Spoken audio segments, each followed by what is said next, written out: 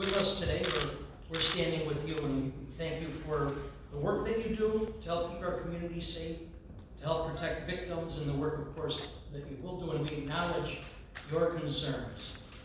It's been troubling to me over the past year where we've seen criminal justice legislation that has continued to favor offenders over victims.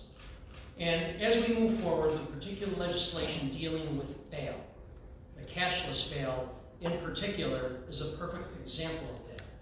And not just troubling mentally, but troubling and concerning going forward when you look at our communities. So we've got a piece of legislation that, again, is looking at offenders. No consideration for what a repeat offender might do once they get an appearance ticket and go back out there.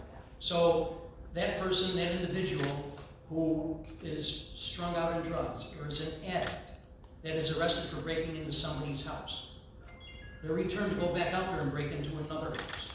The repeat drunk driver is free to go back out and drive drunk again. The repeat burglar, the repeat person who is inclined to violence, but not quite violence with a gun or a knife, that might want revenge on people, they will continue to go out there. 50% of people across the country recidivate. So just extrapolate those numbers out, and somebody released on bail who, and at least 50% of them are most likely to already be repeat offenders, are going to go back out there.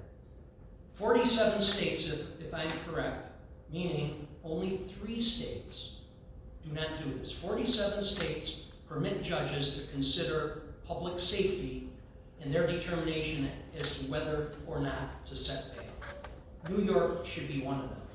It's interesting to me, with this particular piece of legislation, among others, that law enforcers, prosecutors, victims advocates, and others remain concerned with, just this little piece of legislation dealing with bail, that you've got all these individuals speaking out. And then you look at the elected officials across communities, across the state, at every level, at the state level, at the county level, at the city level, at the town, village level, speaking out.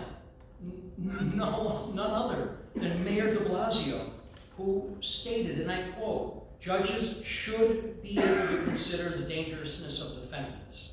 We have to protect the public." I concur. Many Democrats across the state concur. Many Republicans across the state concur. But more importantly, the professionals that are charged with protecting our communities and protecting our victims concur. Changes to the criminal justice system were and are warranted, but they need to be done smartly. You need to be looking at evidence. You need to consult with professionals. You obviously need to keep up with the times, and that's our job as lawmakers, to continually look at the laws and make adjustments as necessary.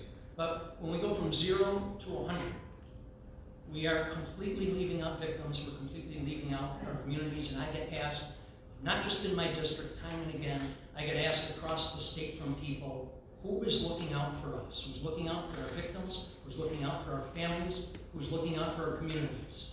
We are.